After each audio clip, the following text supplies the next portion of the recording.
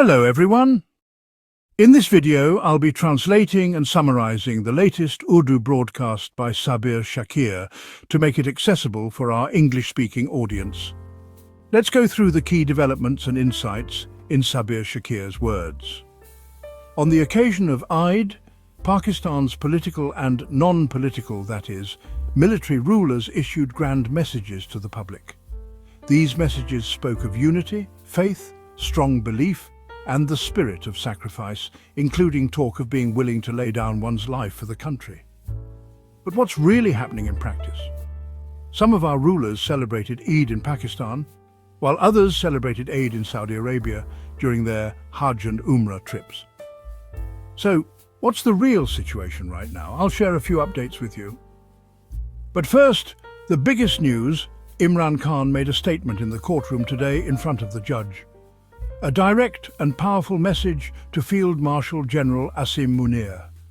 We'll definitely talk about that. But first, let's take a look at the overall situation. Right now, on this Eid, poverty, inflation and unemployment are at record highs in Pakistan. The condition is so bad that no matter how much we say, it won't fully describe the misery. From labourers to farmers working in fields, everyone is living a life of hardship and suffering. No one is receiving their rightful due, whether they work in shops, run small businesses, or toil in farmlands. The World Bank and other global financial institutions have released reports stating that more than half of Pakistan's population, around 110 million people, are now at the brink of disaster due to poverty, inflation, and joblessness. Even during Eid, prices didn't come down. Even basic items like tomatoes have reached 40 to 50 rupees per kilogram. That gives you an idea. Meanwhile, what are our rulers doing? The Human Rights Commission of Pakistan has said that millions of workers across the country are earning far below a decent wage. As a result, they're forced to choose between buying electricity or medicine, paying for their children's education or rent, and between feeding their families or maintaining their health. They've recommended that 75,000 rupees should be the minimum monthly wage per family, whereas the current minimum is around 30,000 to 35,000 rupees. I think this is a completely reasonable demand. Raising the minimum wage to 75,000 rupees won't bring about the end of the world. After all, our rulers are living in extreme luxury at our expense through the taxes you and I pay. Every citizen of Pakistan pays taxes directly or indirectly. If you buy milk, sugar, or even a basic item, there's a general sales tax. You buy toothpaste, general sales tax. You buy soap, general sales tax. You use your mobile phone, you pay taxes. But none of that money is spent on you. It's not used for public welfare. It's not used to make Pakistan a welfare state. Instead, it's used for the luxuries of these rulers. Just 2 days ago, it was reported that the salaries of the Speaker and Senate Chairman, who already enjoy enormous perks, have been increased by 600%, from 200,000 to 250,000 rupees to 1.3 million rupees. Meanwhile, if you look at the budget, salary increases for the common employee are capped at 10%, and even that is sometimes rolled back. And it's these salaried people who pay the most taxes, 500 billion rupees in the past 11 months. Alone, this is the reality. Now let me tell you about another kind of extravagance. We spend a lot on display and propaganda. Millions go to media advertisements, which are essentially bribes, used to create a positive image of the government and suppress any negative news. They buy journalists, they buy media owners, and do everything possible to hide the public's real problems. Here's one recent example. Before Eid, the streets of Lahore were sprayed with rose water. Ask yourself, what's the point of spraying rose water on footpaths, bus stops and public places? So I ask this TikToker government, this fake government, instead of spending that money on rose water, why not spend it on hospitals? Why not use it to provide medicines, improve hospital facilities, support doctors instead of threatening and suspending them? Why not spend it on schools so an ordinary child can access education? This showmanship is all about optics and distraction. It's a drama. They focus on appearances, whether it's plastic surgeries in Switzerland or other superficial things. The truth is, if you improve the policing system, end political victimization, That would be far more useful. According to their own mandate, even PPP is now crying out, asking PMLN to name even one more seat beyond the 10 that they actually won. I would say to Nadeem Hassan Chand, this entire fake system stands today because of PPP's support. And even PPP is now suffering because of it. So gather courage, leave this system and call for free and fair elections. Let the truth come out. Milk will be milk, water will be water. But no, now they don't even buy election seats. They buy the big three, the Army Chief, the Chief Justice, the Chief Election Commissioner. Once they're aligned with you, everything else manages itself. And that's how it's done.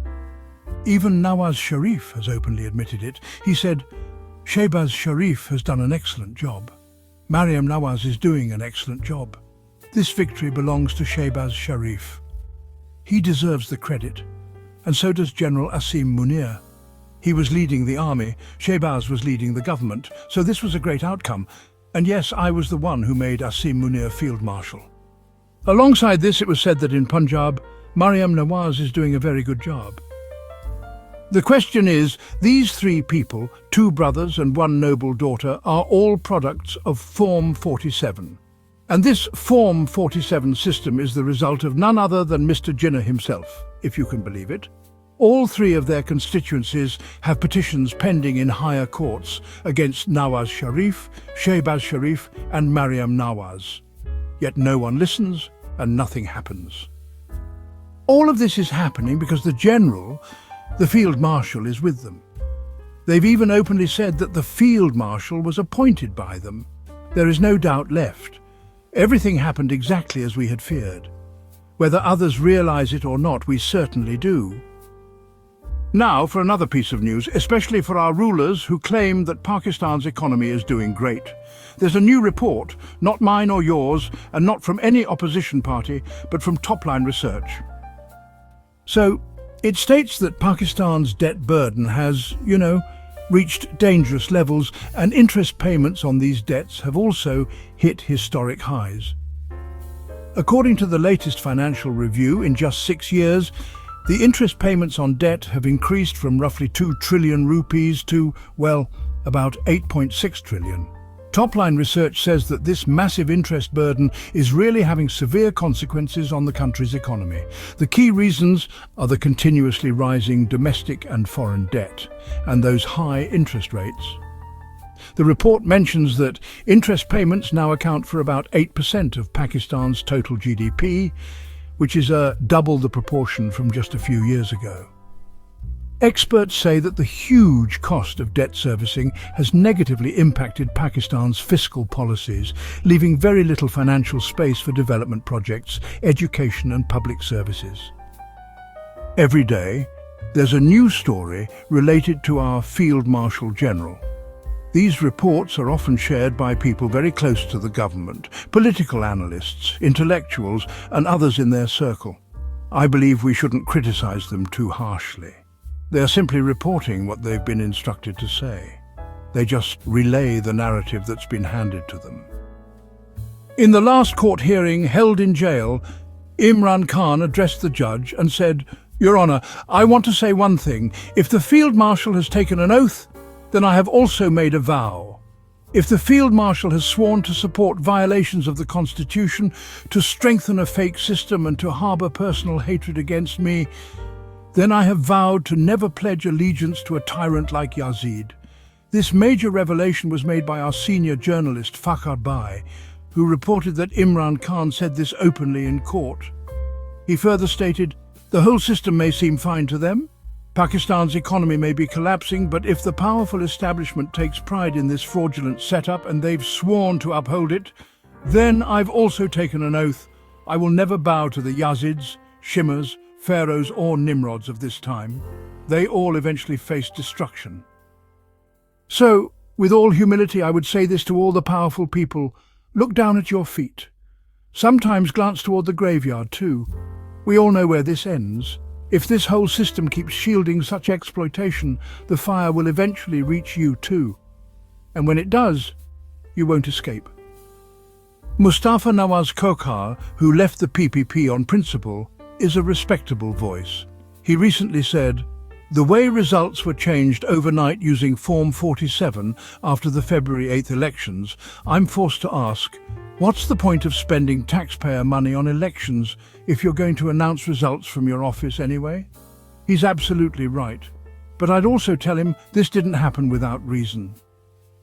Our Field Marshal is inspired by General Ayub Khan and General Zia-ul-Haq. That's why his policies so clearly reflect their influence. There's no doubt that he is gradually moving toward the Shura, that is, the consultative system introduced by Zia. He's already been made a Field Marshal. General Ayub was the first military dictator. Now Field Marshal is following General Zia's path. This Shura system includes picking and choosing people, no real elections. That's where this is heading. That wraps up our translation of Sabir Shakir's video. I hope this English version helped you understand his message better. Please like, share and subscribe to Awami Lens to help our community grow. Don't forget to leave a comment below and let me know what you thought of this effort.